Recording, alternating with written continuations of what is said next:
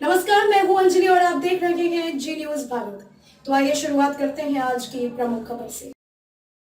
मैनपुरी पहुंचे उत्तर प्रदेश सरकार के पूर्व मुख्यमंत्री अखिलेश यादव ने की प्रेस वार्ता। मैनपुरी समाजवादी पार्टी कार्यालय पहुंचे उत्तर प्रदेश सरकार के पूर्व मुख्यमंत्री व पार्टी के राष्ट्रीय अध्यक्ष अखिलेश यादव ने कहा कि भाजपा सरकार ने जिस तरह से प्रशासन की मदद से समाजवादी को हार दिलाने का काम किया है, लेकिन मैनपुरी की जनता ने दिखा दिया है कि यह मैनपुरी समाजवादियों और नेताजी की मैनपुरी है, जहां पर समाजवादी पार्टी की प्रत्याशी डिंपल यादव को भारी मतों से जीत दिलाई है। हम मैनपुरी की जनता का धन्यवाद व्यक्त करते हैं। तो वहीं पर मीडिया से रूबरू हुए और मीडिया के सवालों पर कहा कि जिस तरह से सरकार ने कहा है कि चौराहे पर कोई घटना होती है तो दूसरे चौराहे पर घटना कारित करने वाले आरोपी को धराशायी कर दिया जाएगा। तो वहीं पंजाब आतंकवादियों के सवाल पर कहा कि इस पर कुछ भी कहना जल्दबाजी होगी। कहा कि सुब्रत पाठक ने कहा कि खैनी बंद होनी चाहिए। अखिलेश यादव ने कहा कि किसानों के लिए कहा कि सड़े हुए आलू से बोदका बनाने का प्लांट लगाएंगे। कहा ईशन नदी पुल पर गोमती रिवर जैसा ड्रीम बनाएंगे, जिससे आने जाने वालों के लिए बैठने का एक अच्छा स्थान हो सके। प्रेस वार्ता के दौरान और क्या कुछ कहा, जरा सुनिए। मैनपुरी से यूनिस खान की रिपोर्ट। बीजेपी वालों को इससे कोई मतलब ही नहीं है कि परिवार के लोग कहीं घूमने जाएं। 2024 आपने अपने कार्यकाल में योगी जी की बताई थी फाइल आपने वापस कर दी थी, बस करो उस समय क्या समय हमारे पास थोड़ी है। क्या लगता है क्या उसका मतलब वो नहीं करना था आपका लीडर उसमें गलत था? देखिए, राजनीति में परंपरा ये है कि किसी पॉलिटिकल लीडर को झूठा नहीं फंसाना चाहिए। जो आदरणीय आजम साहब के साथ किया है पूरे देश की राजनीति में इस तरह का किसी के साथ नहीं हुआ। आपके सब है, लेखपाल, तहसीलदार, एसडीएम। आप बताइए, एसडीएम है, लेखपाल है, एसओ है, हमारा क्या नाम है, सरकार का क्या नाम है? किसी को भी अपराधी बना देंगे। आपके पत्रकार साथी आप लोग जानते होंगे, एक ने दाल में पानी दिखा दिया, वो जेल चला गया। नमक से रोटी गई, वो जेल चला गया। सच्ची खबरों पे लोग जेल गए।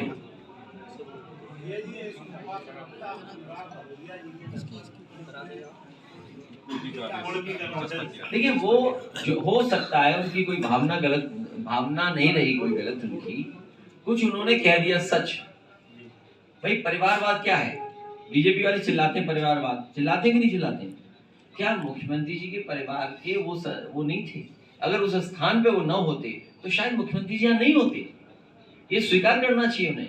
हाँ, कोई शब्द चयन में कहीं गलती हो गई होगी, सुनने में किसी गलती हो गई, लेकिन उसकी भावना ऐसी नहीं थी।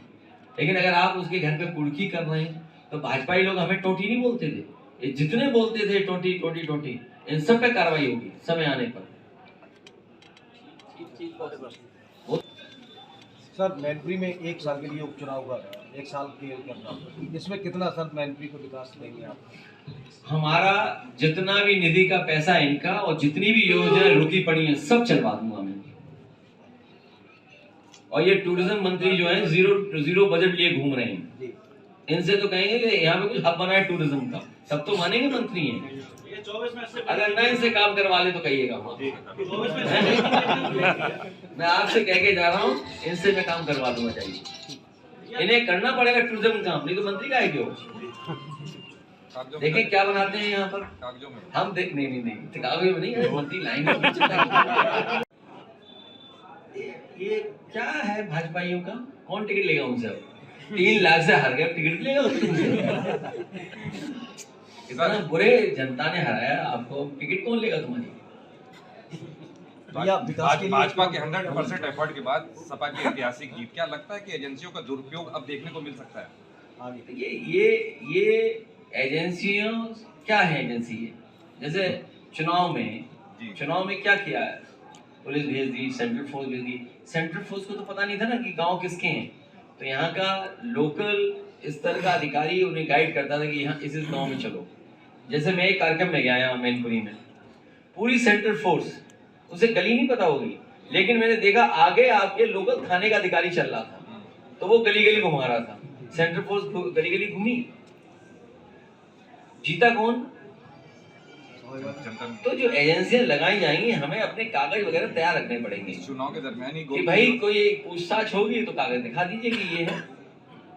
चुनाव के दरमियान ही गोमती रिवर फ्रंट वाला मामला भी आ गया था सामने। ये कुछ नहीं है, आप ये केवल लोगों को बदनाम करने के लिए है। जैसे आपके यहाँ ना ब्रेकिंग न्यूज है, जो सूत्र है वो एजेंसी है। आप सूत्र बताते नहीं हो।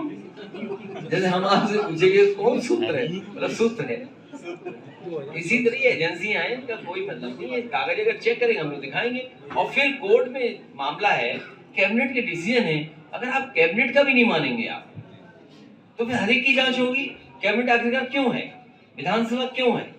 जो समाजवादी पार्टी का रिवर फ्रंट का प्रोजेक्ट है वो कैबिनेट से पास है। और मैं आपसे कह रहा हूं, आज यहाँ बैठ करके सभी हमारे विधायक सांसद बैठे हुए हैं और आप पत्रकार साथी मैनपुरी के हो।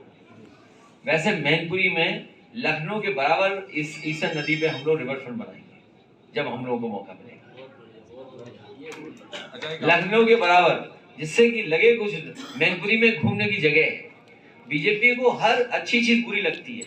वहां घूमते हैं लोग, नए उम्र के लोग बैठते हैं, चाट खाते हैं, केक बच्चे आके काटते हैं। परिवार के लिए गेट टुगेदर क्या है?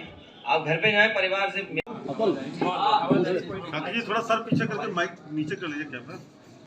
मैं धन्यवाद देना चाहूँगी मैनपुरी के सभी लोगों का, जनों का, जिन्होंने समाजवादी पार्टी को भारी मतों से जिताया है और जिन्होंने इस बात का ध्यान रखा कि पिछले कई दशकों से नेताजी ने यहाँ पे जो विकास कार्य किए हैं, जो विचारों को लेके वे चले हैं सबको साथ लेकर, तो और नेताजी को सच्चा सम्मान देने का जो काम किया है और जो सभी लोगों ने जो इतिहास रचा है, मैं सभी माताओं बहनों को धन्यवाद दूंगी जो निकले हैं और जिन्होंने वोट डाला है और जिन्होंने समर्थन किया है मेरा और मुझे मौका दिया है क्षेत्र की सेवा करने के लिए।